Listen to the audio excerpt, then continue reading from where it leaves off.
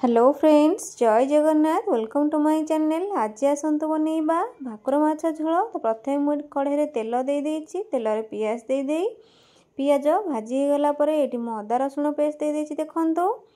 तापरे हळदी गुंड, धनिया गुंड, लंका गुंड दे देइछि। टिके ताको गोळेई दबा। तो गोळेई सारला परे एबे दे दबा स्वाद अनुसार लूण दे दबा। देखंतु एटी मु लूण दे देइछि। लूण दे सारा पर गोटे टमाटो दे देइछि। टमाटो को देई एमती हम भल भाव रे गोळेई दबा।